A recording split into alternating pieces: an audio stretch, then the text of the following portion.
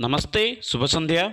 CTET 2021 जो मैंने preparation करुछंती एवं खास करके जो मानकर पेपर 1 किंबा 2 रे ओडिया पेडागोजी अच्छी से आज टॉपिक टी क्लास टी बहुत गुरुत्वपूर्ण अटे। ये सेशन रे माने डिस्कशन करबा 2019 मसियार जो ओडिया क्वेश्चन पेपर थिला, जो एग्जाम टी खास करके जून जुलाई रे कंडक्ट करा जायथिला सीटेट तरफरु से क्वेश्चन पेपर को लेकिन आज आम सेसन टी रही। तो आरंभ करवा समस्त प्रश्न को आम मैंने वीडियो रे डिस्कशन करवा, डीपली डिस्कशन करवा। तो ता पूर्व आम देखीदे ये हूँ ओडिया सिलेबस पेडागोजीर और ये पेडागोजीर सिलेबस को आम बर्तमान सुधा कभर कर सारी। जो मैंने ये वीडियो गुड़ी देखी ना से ऊपर आई बटन रे लिंक अच्छी, विजिट करके सब गुड़ा वीडियो को मत पढ़ी पार आराम से। तो प्रथम प्रश्न कौन रही देखा, एमध्यु केउटी कविता पढ़ाइबार अधिक आवश्यक। सामान्य रूप से प्रश्न रही कविता पढ़ाइबार मुख्य उद्देश्य, पद्य पढ़ाइबार मुख्य उद्देश्य कौन बोली पचरा जाइए। प्रत्येक कवितार एक निर्दिष्ट अर्थ रही, प्रत्येक कवितार एक रु अधिक अर्थ रही। कवितार अनेक कवितार सामाजिक समस्यार प्रतिफलन न रहिबा, कवितार कौन प्रकार मानसिक चाप पकईबार उपादान नथिबा। तो जब सठिक आंसर जदि कहबा तो कविता गुड़ी को जो आम पढ़ा तार गोटे कवितार अनेक गुड़ी अर्थ आसए। तो एणु ये सठिक आंसर होची पद्यर जेकोसी लाइन पढ़ा से प्रत्येक लाइन किसी न किसी भिन्न भिन्न अर्थ आसए। तेणु प्रत्येक कवितार कौन एक रु अधिक अर्थ रही, सठिक उत्तर होची। परवर्ती प्रश्न को जीवा। जड़े शिक्षक लिखित विवरण लिखन शिखाइबा उद्देश्य शिक्षार्थी को किसी संवादपत्र प्रकाशित विवरणी छात्र मध्य वितरण कर निज निजर दृष्टिकोण आधार में विवरणी प्रस्तुत करने को कहले। करिथिबा संवादपत्र अंश को क्यों भाव कक्षर व्यवहार ग्रहण कर सामान्य रूप से जब कह गोटे शिक्षक आसले क्लास को गोटे टॉपिक पढ़ाया पूर्व से कौन कले ना धरिनियंतु जदि शिक्षक कौन करिसंती ना कृषि आईन विषय पढ़ाया चिंता करछंती। तो कृषि आईन विषय टॉपिक टी पढ़ाया पूर्व से पिला माननकु संवादपत्र वर्तमान समय प्रधानमंत्री जो कृषि आईन तीनोटी को रिटर्न नहीं जाइछंती से विषय से कौन करछन संवादपत्र जहाँ प्रकाशित होता पिला माननकु तार किछि अंश दे दैछंती एवं अंशटी को देबा परे से पिला माननकु ठारू कौन करछंती से निज निज दृष्टिकोण एवं से गुडी को ग्रहण करिछंती। तो जो संवादपत्र से देइछन ता कौन बोली कह शिक्षण सामग्री, अध्ययन सामग्री बा शिक्षण अध्ययन सामग्री बा शिक्षादान कौशल नीति। तो ये सठिक आंसर जदि आम मैंने कहबा ये सठिक आंसर होची शिक्षण अध्ययन सामग्री। अध्ययन सामग्री शिक्षण सामग्री गोटे पिला माने से गुडी को निजे मध्य अध्ययन कले एणु अध्ययन सामग्री मध्य शिक्षण रे व्यवहार हैला बोली कि ताको आमे शिक्षण सामग्री कहबा आ पिला मन जेतो को अध्ययन कले ताको अध्ययन सामग्री बोली मध्य कहबा। शिक्षण सामग्री अध्ययन सामग्री भितर सामान्य फरक रोचे। जेपरि कि धरि नियंतु किछि शिक्षण सामग्री कौन थे ना विषय वस्तु तो से संपर्क न थाए किंबा से गुडी को पिला माने पढ़ंती नाही ताले से गुडी को शिक्षण सामग्री हे गला।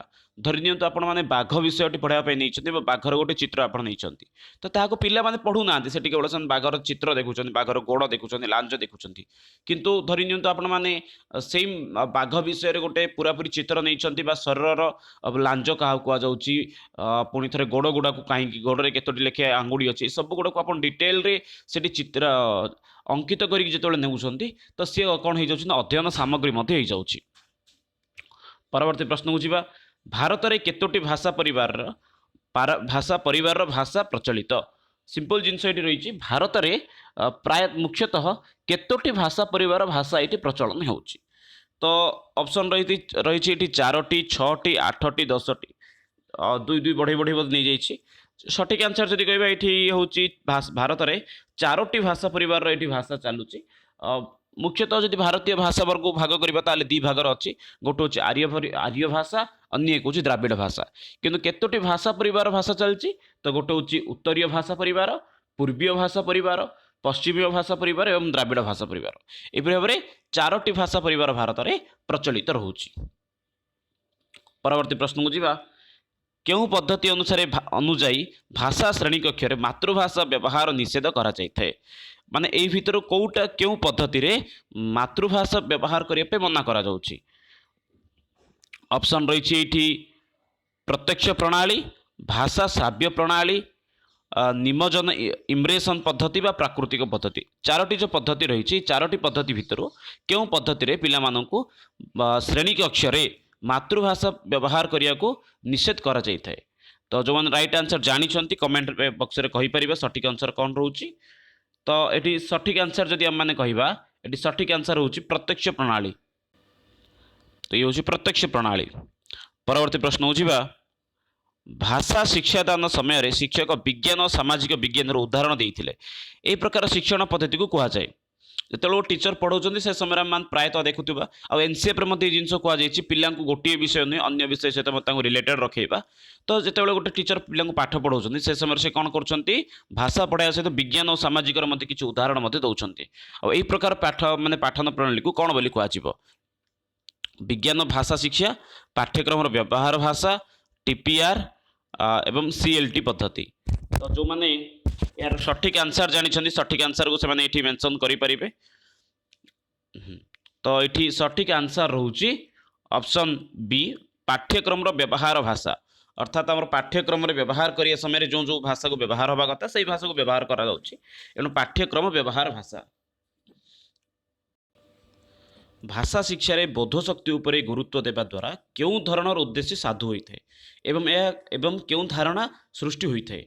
तो चारोटी ऑप्शन त्रुटि भाषा शिक्षण पद्धतिर अंशविशेष भाषा शिक्षण रे अभ्यास पद्धति सहायक होता है संलापर पुनरावृत्ति स्मरण उपर शिक्षक गुरुत्व देवा आवश्यक त्रुटि गुड़िक संगे संगे संशोधन करने आवश्यक नौचेत ता शिक्षार्थी मन में दृढ़ भाव स्थापित हो रहिबो।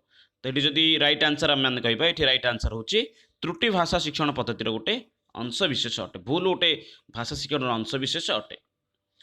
परवर्ती प्रश्न को जीवा क्यों परीक्षण द्वारा शिक्षक शिक्षार्थी निम्न फलाफल कारण संपर्क में अवगत होइथांती। पारदर्शिता परीक्षा निर्णायक परीक्षा लक्ष्य साधन परीक्षा आकलनमूलक परीक्षा। तो क्यों परीक्षण द्वारा शिक्षक कौन करुछंती जे पिलांकर लक्ष्य साधन अर्थात निम्न फलाफल कारण संपर्क अवगत होइथांती। एटी राइट आंसर जदि कहबा ताले एटी राइट आंसर होची लक्ष्य साधन परीक्षा लक्ष्य साधन निर्णायक परीक्षा होची एटी राइट आंसर। तो सठिक कौन होउची ना जितेबाला गोटे पिलांकर फलाफल विषय देखा जाए तो लास्ट आम कौन करिथाउ निर्णायक परीक्षा करिथाउ। तो निर्णायक परीक्षा करे कौन आम माने पिलार फलाफल विषय बा कारण संपर्क जानि परिथाउ। परवर्ती प्रश्न देखिबा षष्ठ श्रेणी छात्र को पढ़ाउथिबा भाषा शिक्षक भाषा परीक्षा पत्र देखिबा परे जानिले जे शिक्षार्थी भल भाव उत्तर दे पारि नाहांती तेणु से पुनर्बार परीक्षा करथिले। एई परीक्षा को कौन कहा जाए निर्धारक परीक्षा आकलक मूलक परीक्षा निर्णायक पद्धति क्रमवर्धनशील पद्धति। गोटे शिक्षक कौन कर 6 क्लास पिला परीक्षा कले परीक्षा पिला फेल हो गले तो फेल हो जाए पिला निमंते कौन कले से पुणी थर गोटे थर परीक्षा कले तो ये परीक्षा को कौन कहुना कहुए फाइनाल टेस्ट निर्णायक पद्धति अर्थात थरे पिला माने जो माने फेल हो गले से आउ थे टी प्रश्न पत्र को सरल करी जो परीक्षा करागला ताकू निर्णायक पद्धति बोली कहला से जो मैंने फेल हो जाती से फेल बोली गणना करा जाइथे। परवर्ती प्रश्न को जीवा जड़े भाषा शिक्षक पाठ पढ़ाइबा परे तांको डायरी रे लेखा शिक्षार्थी भाषा खेल खूब पसंद करथिले एवं समस्त अंशग्रहण करथिले किंतु 3 नंबर ग्रुप को उपयुक्त फल लाभ करने यथेष्ट परिश्रम करने को पड़ा या कहार उदाहरण भाव में ग्रहण करा जाई परिबो। तो गोटे शिक्षक कौन कर क्लास रे पाठ पढ़ाई सारी पाठ पढ़ाया पर से कौन कर पिला टिके खेल तो खेलिया समय से कौन कर ग्रुप कर खेल तो खेलवा समय कौन होना 3 नंबर ग्रुप पर परिश्रम करने पड़ा आ कहार उदाहरण भाव में ग्रहण करा जाई परिबो। तो जदि कहबा यार सठिक आंसर कौन ना आकलन ना घटना व व्यक्ति विशेषर तथ्य संग्रह प्रतिफलनात्मक विचार मतामत व मंतव्य एटी सठिक आंसर होची प्रतिफलनात्मक विचार अटे। परवर्ती प्रश्न रही जड़े सार्थक भाषा शिक्षक पाठ्यपुस्तक दि जाउथिबा समस्त प्रश्नर उत्तर देवे प्रस्तुत कराई थाए पाठ्यपुस्तक सहित पाठ्यपुस्तक बाहर विषय को शिक्षादान व्यवहार कराई थाए किंबा पाठ्यपुस्तक समस्त प्रश्न पचारि थाए निर्धारित पाठ्यपुस्तक बाहर को जाई न थाए।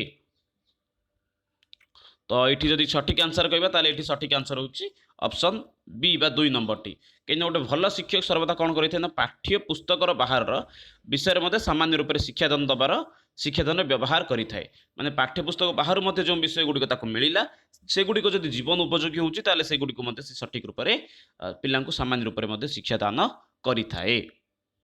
ଯେପରିକି ଆମମାନେ ଦେଖିପାରୁଥିବା କିଛି ସ୍କୁଲରେ ନମୁନା ପ୍ରଶ୍ନ ଡାକନ୍ତି। ନମୁନା ପ୍ରଶ୍ନ କହିବାର ଉଦ୍ଦେଶ୍ୟ କ'ଣ ରହିଛି, ଲକ୍ଷ୍ୟ କ'ଣ ରହିଛି ନା ନମୁନା ପ୍ରଶ୍ନରେ ଯେଉଁ ସବୁ କିଛି କିଛି ପାଠ ବାହାରୁ ଅଭ୍ୟାସ ବାହାରୁ କିଛି ପ୍ରଶ୍ନ ରହିଥାଏ।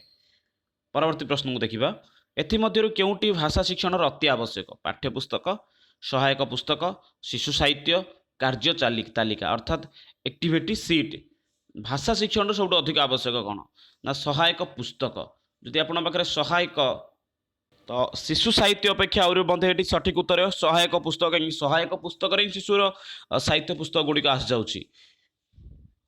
ତ ସଠିକ୍ ଆନ୍ସର୍ ଆମମାନେ ଏଠି ସହାୟକ ପୁସ୍ତକ ବୋଲି କହିପାରିବା। ଯଦି ସହାୟକ ପୁସ୍ତକ ରହୁନି ତାହେଲେ ସହାୟକ ପୁସ୍ତକ ସ୍ଥାନରେ ଆପଣମାନେ ଶିଶୁ ସାହିତ୍ୟ ପୁସ୍ତକକୁ ମଧ୍ୟ ଚୁଜ୍ କରିପାରିବେ। ପରବର୍ତ୍ତୀ ପ୍ରଶ୍ନକୁ ଯିବା। ଏଥିମଧ୍ୟରୁ କାହା ଦ୍ୱାରା ଭାଷା ଶିକ୍ଷାର୍ଥୀଙ୍କ ମଧ୍ୟରେ ସର୍ଜନାତ୍ମକ ଜାତ ହୋଇପାରିବ, ସର୍ଜନାତ୍ମକ କୌଶଳର ଜାତ ହୋଇପାରିବ। ଭଲ ନମ୍ବର ପାଇଁ ଶିକ୍ଷାର୍ଥୀଙ୍କୁ ପୃଥକ ଭାବରେ ତାଲିମ ଦେବା, ସେମାନଙ୍କ ଅନୁଭୂତି ଆଧାରରେ ନିର୍ଭୟ ଭାବରେ ଲେଖା ପାଇଁ ସୁଯୋଗ ଦେବା, ଶିକ୍ଷାର୍ଥୀଙ୍କୁ ନୈତିକ ଜ୍ଞାନ ଆଧାରିତ ଗଳ୍ପ ପଢ଼ିବା ଲେଖିବା ପାଇଁ କହିବା, ଶିକ୍ଷଣ ଆଗ୍ରହ ବଢ଼ାଇବା ପାଇଁ ଶିକ୍ଷାର୍ଥୀଙ୍କୁ ପରାମର୍ଶ ଦେବା। ତ ସଠିକ୍ ଆନ୍ସର୍ ଯଦି କହିବା ଏଠି ତାହେଲେ ସଠିକ୍ ଆନ୍ସର୍ ହେଉଛି ଅପସନ୍ 2 ବା 2 ନମ୍ବର ଅପସନ୍ଟି। କାହିଁକି ନା ଯଦି ପିଲାମାନେ ସର୍ଜନାତ୍ମକ ଅର୍ଥ ହେଉଛି ଅଭିବ୍ୟକ୍ତି କୌଶଳ, ସେମାନେ ଯାହା ବୁଝିଛନ୍ତି ବା ସେମାନଙ୍କ ମନରେ ଯାହା ଅଛି ତାକୁ ପ୍ରକାଶ କରିବା ହେଉଛି ସୃଜନାତ୍ମକ କୌଶଳ। ଏଣୁ ସେମାନଙ୍କର ଅନୁଭୂତି ଆଧାରରେ ଗୋଟିଏ ବିଷୟକୁ ସେମାନେ ପଢ଼ିଦେଲେ, ପଢ଼ିବା ପରେ ସେହି ବିଷୟକୁ ଆଧାର କରିକି ସେମାନଙ୍କୁ ଲେଖିବା ପାଇଁ ଆମେ କେବଳ କହିବା, ଯାହାଦ୍ୱାରା କି ସେମାନଙ୍କର ସୃଜନାତ୍ମକ କୌଶଳର ବିକାଶ ହୋଇପାରିବ। ସେଠି ଭୁଲ ଠିକ୍ ଆଉ କିଛି ଦେଖିବା ଆବଶ୍ୟକ ନାହିଁ। ପରବର୍ତ୍ତୀ ପ୍ରଶ୍ନ ରହିଛି ଦେଖିବା 13 ନମ୍ବର ପ୍ରଶ୍ନ। ଭାଷା ଶିକ୍ଷଣରେ ମାନସିକ ଚାପ ଅର୍ଥ ହେବ। ଭାଷା ଶିକ୍ଷଣରେ ମାନସିକ ଚାପର ଅର୍ଥ ହେଉଛି ବା ଅର୍ଥ କ'ଣ ଅଟେ? ମସ୍ତିଷ୍କର ଚିତ୍ର ପ୍ରଦାନ କରିବା, ଗଳ୍ପ ବା କବିତା ବର୍ଣ୍ଣିତ ସ୍ଥାନରେ ଏକ ମାନଚିତ୍ର ପ୍ରସ୍ତୁତ କରିପାରିବା, ଏକ ସାଧାରଣ ଅନୁଭୂତି ସମ୍ପର୍କିତ କାର୍ଯ୍ୟର ଯୋଜନା ପ୍ରସ୍ତୁତ କରି ଉପସ୍ଥାପନ କରିବା, ଶିକ୍ଷାର୍ଥୀଙ୍କୁ ଅତୀତକୁ ସ୍ମରଣ କରି ନୂତନ କଳ୍ପନା ସୃଷ୍ଟି କରିବା ସଙ୍ଗେ ସଙ୍ଗେ ସମ୍ପର୍କ ଉପସ୍ଥାପନ କରିବାକୁ କହିବା। ତ ଏଠି ଯଦି ଠିକ୍ ଆନ୍ସର୍ କହିବା ମାନସିକ ମାପ ବା ମାନସିକ ସ୍ତରରେ ମାପନ କିପରି କରିବା ନା ଶିକ୍ଷାର୍ଥୀଙ୍କୁ ଅତୀତକୁ ସ୍ମରଣ କରିବାକୁ କହିବା ଏବଂ ନୂତନ କଳ୍ପନା ସୃଷ୍ଟି କରିବା ସଙ୍ଗେ ସଙ୍ଗେ ସେ ବିଷୟଟିକୁ ଉପସ୍ଥାପନ କରିବାକୁ କହିବା। ଅର୍ଥାତ୍ ଅତୀତ ବିଷୟ ପିଲାମାନେ ମନେ ପକାଇଲେ, ବର୍ତ୍ତମାନର ବ୍ୟବହାର ବିଷୟରେ ତାହାର ମଧ୍ୟ ମନେ ପକାଇଲେ ଏବଂ ତାକୁ ସେହି ବିଷୟରେ ନିଜର ତଥ୍ୟ ଯଦି ଉପସ୍ଥାପନ ପିଲାମାନେ ଠିକ୍ ରୂପରେ କରିପାରୁଛନ୍ତି ତାହେଲେ ଆମମାନେ ତାକୁ କ'ଣ କହିପାରିବା ନା ପିଲାର ମାନସିକ ମାପନ ମଧ୍ୟ ଆମମାନେ କରିପାରିବା। ପରବର୍ତ୍ତୀ ପ୍ରଶ୍ନକୁ ଯିବା। ଲିଖନ କୌଶଳର ବୃଦ୍ଧି କରାଇବାରେ କାହାର ଭୂମିକା ଗୁରୁତ୍ୱପୂର୍ଣ୍ଣ? ସୁନ୍ଦର ହସ୍ତାକ୍ଷର ଲେଖନ, ନିର୍ଭୁଲ ବନାନ ବ୍ୟବହାର, ସଙ୍କେତ ଆଧାର କରି ଲିଖନ ତଥା ନିର୍ଦ୍ଦେଶ ପାଳନ ଏବଂ ଲିଖନ ଦ୍ୱାରା ନିଜର ମତାମତ, ଦୃଷ୍ଟିକୋଣ, ଅନୁଭୂତି ଉପସ୍ଥାପନ। ତ ଲିଖନ କୌଶଳର ବୃଦ୍ଧି ପାଇଁ ସବୁଠାରୁ ଭଲ ଉପାୟ କ'ଣ ଅଟେ ବା ଭଲ ଯୁକ୍ତିଯୁକ୍ତ ବିଷୟଟି କ'ଣ ଅଟେ? ଏଠି ରାଇଟ୍ ଆନ୍ସର୍ ହେଉଛି ଅପସନ୍ 4 ନମ୍ବର ଅପସନ୍, ଲିଖନ ଦ୍ୱାରା ନିଜର ମତାମତ, ଦୃଷ୍ଟିକୋଣ, ଅନୁଭୂତି ଉପସ୍ଥାପନ କରିବା। ଅର୍ଥାତ୍ ଗୋଟେ ପିଲା ଯେ ତାର ବିଷୟଟିକୁ ପ୍ରକାଶ କରିବା ପାଇଁ ଚାହୁଁଛି ସେ କ'ଣ କରିଥିଲା, ତ ଏଇଥିପାଇଁ ତାକୁ ସୁନ୍ଦର ହସ୍ତାକ୍ଷର ଦରକାର ନାହିଁ, କାହିଁକିନା ବର୍ତ୍ତମାନ ସମୟରେ ତ ଡିଟିପି ମଧ୍ୟ ଆସିଗଲାଣି। ସେ ଯଦି ଭଲ ଭାବରେ ନିଜର ଭାଷାଟିକୁ ବିଷୟଟିକୁ ଯଦି ଅଭିବ୍ୟକ୍ତି ଯଦି କରାଇ ପାରୁଛି ତାହେଲେ ସେ ଗୋଟେ ଭଲ ଲେଖକ ହୋଇପାରିବ ବା ତାର ଲିଖନ କୌଶଳ ମଧ୍ୟ ବିକାଶ ହୋଇଛି ବୋଲି ଆମେ କହିପାରିବା। ତ ଏଠି ରାଇଟ୍ ଆନ୍ସର୍ ହେଉଛି ଅପସନ୍ 4। ପରବର୍ତ୍ତୀ ପ୍ରଶ୍ନକୁ ଯିବା। 15 ନମ୍ବର ପ୍ରଶ୍ନ ରହିଛି। ଯେଉଁ ପଠନ ଶିକ୍ଷାର୍ଥୀ କେବଳ ସୁଖ ପାଠ୍ୟ ଉଦ୍ଦେଶ୍ୟରେ ବ୍ୟବହାର କରିବା ସଙ୍ଗେ ସଙ୍ଗେ ସେମାନଙ୍କର ସାଧାରଣ ପଠନ ଦକ୍ଷତା ବୃଦ୍ଧି କରାଇଥାଏ ତାକୁ କ'ଣ କୁହାଯାଏ? ତୀବ୍ର ପଠନ, ବ୍ୟାପକ ପଠନ, ପୂର୍ବ ପଠନ, ପର ପଠନ। ଅର୍ଥାତ୍ ଯେଉଁ ବିଷୟଟିକୁ ବା ଯେଉଁ ପଠନ ଶିକ୍ଷାର୍ଥୀ କେବଳ ସୁଖ ପାଠ୍ୟ ଉଦ୍ଦେଶ୍ୟରେ କରିଥାଏ, ମାନେ ସାମାନ୍ୟ ରୂପରେ ବିଷୟଟିକୁ ବୁଝିଗଲେ ହଁ ଖୁସି ହେଇଗଲା ସେଇଥିପାଇଁ ପଢ଼ିଥାଏ, କରିବା ସଙ୍ଗେ ସେମାନଙ୍କର ସାଧାରଣ ପଠନ ଦକ୍ଷତା ବୃଦ୍ଧି କରାଇଥାଏ ଏବଂ ତାହାଦ୍ୱାରା ମଧ୍ୟ କ'ଣ ହେଉଛି ନା ପିଲାଟିର ସାମାନ୍ୟ ପଢ଼ିବା ଦକ୍ଷତା ମଧ୍ୟ ବୃଦ୍ଧି ହେଉଛି। ତାକୁ ଆମେ କ'ଣ କହିବା? ତାକୁ ଆମେ କହିବା ବ୍ୟାପକ ପଠନ ବୋଲି ଆମେ କହିବା। ପରବର୍ତ୍ତୀ ପ୍ରଶ୍ନକୁ ଯିବା। ଏଥିମଧ୍ୟରୁ କେଉଁଟି ପ୍ରୋସେସ୍ ରାଇଟିଂ ବ୍ୟବହାର କରିବା ଉଚିତ? ଶବ୍ଦ ସଂଖ୍ୟା ନିର୍ଦ୍ଧାରଣ, ପରବର୍ତ୍ତୀ ଅପସନ୍ ରହିଛି ଆଳଙ୍କାରିକ ଭାଷାର ବ୍ୟବହାର, ଅଧିକାର ସୂଚକ ସର୍ବନାମର ବ୍ୟବହାର, ବିଚାରର ସଜ୍ଜୀକରଣ। ତ ଯେଉଁମାନେ ଏଠି ରାଇଟ୍ ଆନ୍ସର୍ ଜାଣିଛନ୍ତି ସେମାନେ ରାଇଟ୍ ଆନ୍ସର୍ ଏଠି କହିପାରିବେ। ତ ଏଠି ଯଦି ସଠିକ୍ ଆନ୍ସର୍ ହେଉଛି ତାହେଲେ ସଠିକ୍ ଆନ୍ସର୍ ଆମେ କହିପାରିବା ଅପସନ୍ 4 ବିଚାରର ସଜ୍ଜୀକରଣ। ପରବର୍ତ୍ତୀ ପ୍ରଶ୍ନ ଦେଖିବା।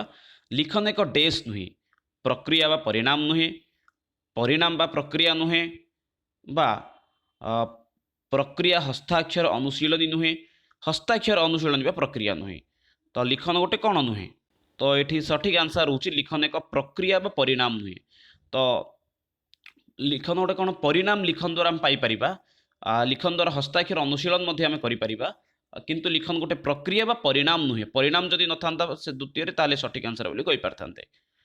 परवर्ती प्रश्न को जीवा शिक्षार्थी लिखन दक्षता आकलन कला बेले शिक्षक कहा उपरे गुरुत्व देवा उचित आलंकारिक भाषा शुद्ध बनान व्याकरणगत शुद्ध वाक्य विचार उपस्थापना तो गोटे शिक्षक जितेबाला कौन करुँच ना लिखन दक्षतार आकलन करुँच से समय से क्या अधिक गुरुत्व देवा उचित तो ये पूर्वर कही जितेबाला आम लिखन दक्षता उपर देखुं पिलांकर विचार अभिव्यक्ति कौशल को आमर केवल देखा दरकार तो ये राइट आंसर हूँ विचार उपस्थापना से जहाँ चिंता कर विषयटी केते दूर ठीक अच्छे से विषयटी जानवा हूँ आम शिक्षक ये कर्तव्य रही है राइट आंसर हूँ ये ऑप्शन डी विचार उपस्थापना।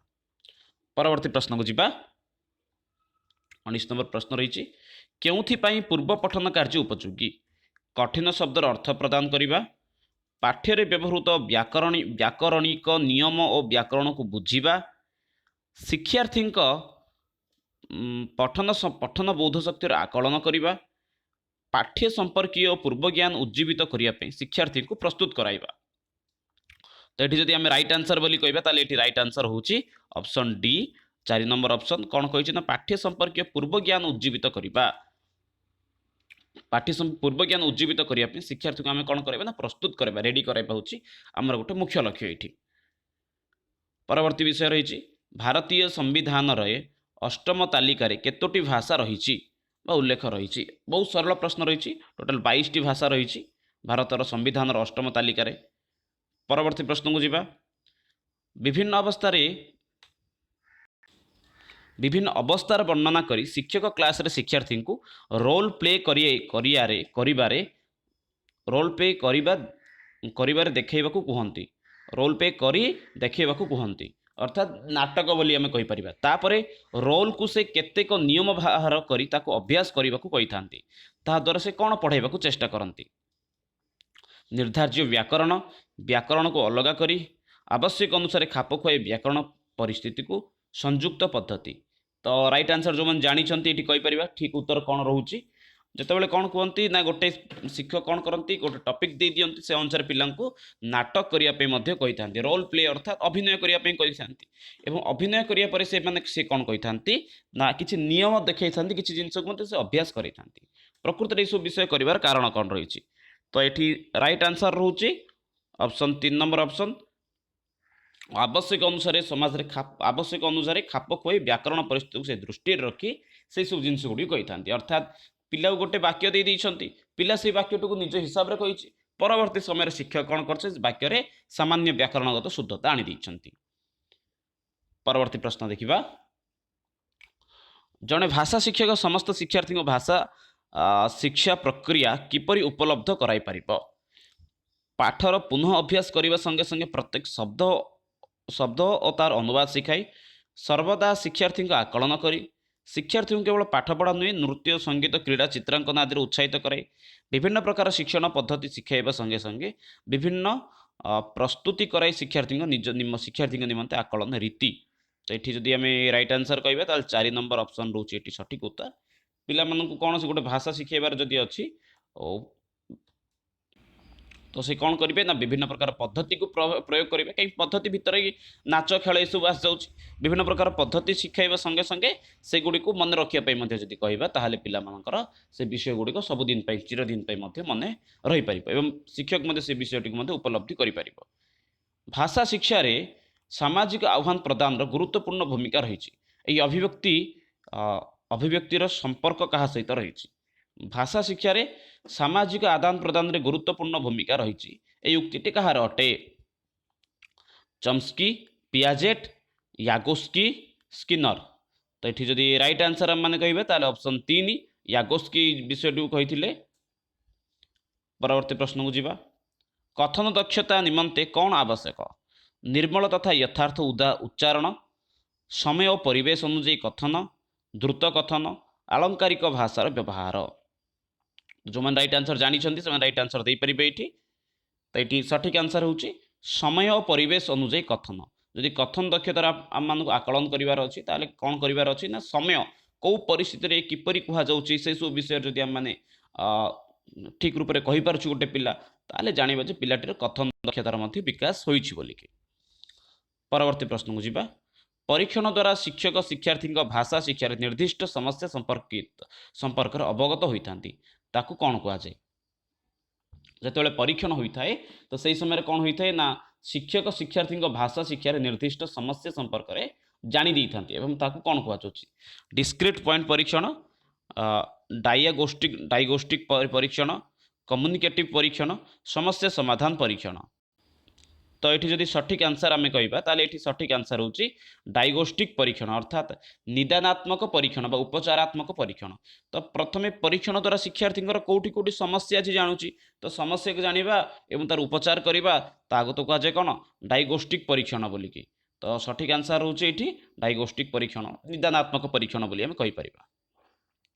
पोर्टफोलियो संपर्क में एमध्यु केउटी सत्य यह लिखन अभ्यास बुद्धि कराई थाए। यार मुख्य उद्देश्य है शिक्षार्थी कार्य संग्रह कर निरापद स्थान रखा। यह द्वारा शिक्षक समय वंचित होता है और शिक्षार्थी व्यस्त रही था। शिक्षार्थी क्रम विकास मापिबार यह शिक्षकों को साहाय्य करें।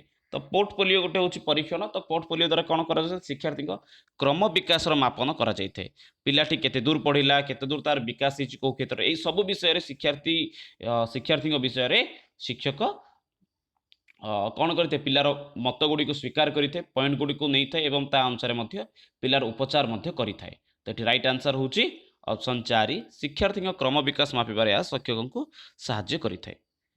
स्वरघातर भिन्नता अंग शब्द बा ध्वनि वायु बा उत्तोलन अर्थ पिच। तो ये सठिक आंसर आम जब कहवा ताले ये हूँ राइट आंसर ऑप्शन 4 कहीं ना देखो आम जिते कौन करती स्वरघात अर्थात जपरिक कौन शब्द कहते कौटे धीरे कहते कौटे जोरे कहते तो ये कौन दरकार उत्तोलन दरकार। तो राइट आंसर हूँ ये पिच। परवर्ती प्रश्न को देखा। बाणी निज घरे बेसी कथबार्ता करे ना किंतु स्कूल रे अधिक कथा कहे एथुरु जना जाए से घर भल पाए ना। स्कूल रे तार विचार को सम्मान दि जाए। स्कूल पिला मानक मन खोला कथा कहबार सुजोग दे थाए कथा कहबार सुजोग दे थाए। परवर्ती ऑप्शन नहीं कक्षर श्रृंखला रखिया उपरे शिक्षक नजर दे थांती। तो सठिक आंसर ये कौन रोचे ना सठिक आंसर रोचे से तार घर भल पाए ना अर्थात पिलाटी ता घरे देखा साधारणतः पिला मान निज घरे अधिक कथबार्ता करते स्कूल रे कम कथबार्ता करते किंतु गोटे पिला कौन करुच्ची ना घरे कम कथबार्ता हो स्कूल रे अधिक कथबार्ता हो रिजन कौन रही ना से निज घर को भल पाऊनी घर लोक मान से दूर परिमाण स्नेह करूनी जो से घरे कम कथबार्ता करुच्ची स्कूल रे अधिक कथबार्ता करुच्ची। जपरिक उदाहरण पे आम नहीं पारिबा गोटे सिनेमा थिला तारे जमीन पर सिनेमाटी आसला से सिनेमा ये जिनस उल्लेख करा जायछि। एथिमध्यरु केउं दुईटी तथ्य भाषा दक्षतार अंतर्भुक्त यथार्थ उच्चारण एवं तीव्र पठन नकल एवं सुंदर हस्ताक्षर अविकल अनर्गल उपर टाउरिया क्रमवीक्षण निम्नोक्त मध्यरु दुईटी तथ्य भाषा क्षमतार अंतर्भुक्त बोली एठी कुआ जायछि। तो ये जदि सठिक आंसर आम कहवा ताले अविकल एवं अनर्गल ये दुईटी हूँ भाषा दक्षतार अंतर्भुक्त अटंती। जदि अविकल नकल कर अनर्गल जदि कहीपरुछि ताहले भाषा से पिलाटी भाषा दक्षता हासिल कर उच्चारण तीव्र पठन तो समस्त करें किंतु अविकल एवं अनर्गल कहवाटा समस्त पक्षे संभवकर हो न थाए। तेणु ये राइट आंसर हूँ अविकल एवं अनर्गल। परवर्ती प्रश्न को देखा लास्ट प्रश्न बोली कहीपर भाषा शिक्षा सहज साध्य हो पार जदि पाठ्यपुस्तक पढ़ा न जाए परीक्षण व्यवस्था जदि न रहे शिक्षार्थी भाषा परिवेश जदि भल पाई था लिखन आरंभ पूर्व व्याकरण ड्रिल और अभ्यास उपर जदि अधिक गुरुत्व दि जाए। तो ये जदि आम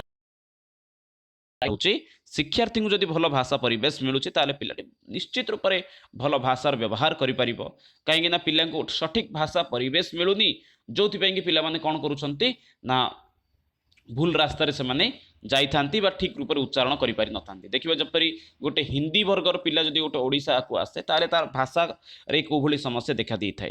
तेणु भल भाषा परिवेश भल भाषा शिक्षा भाषा परिवेश नियत रूप से दरकार। तो ये तो थिला आज आमर किछि सीटेड संपर्क में किसी क्वेश्चन आंसर आशा करुच्ची समस्त ये क्वेश्चन आंसर गुड़िक भल लगी तो पुणी थे मिसवा एक नुआ भिडियो नुआ सेसन से पर्यटन रोचे समस्त को नमस्कार धन्यवाद।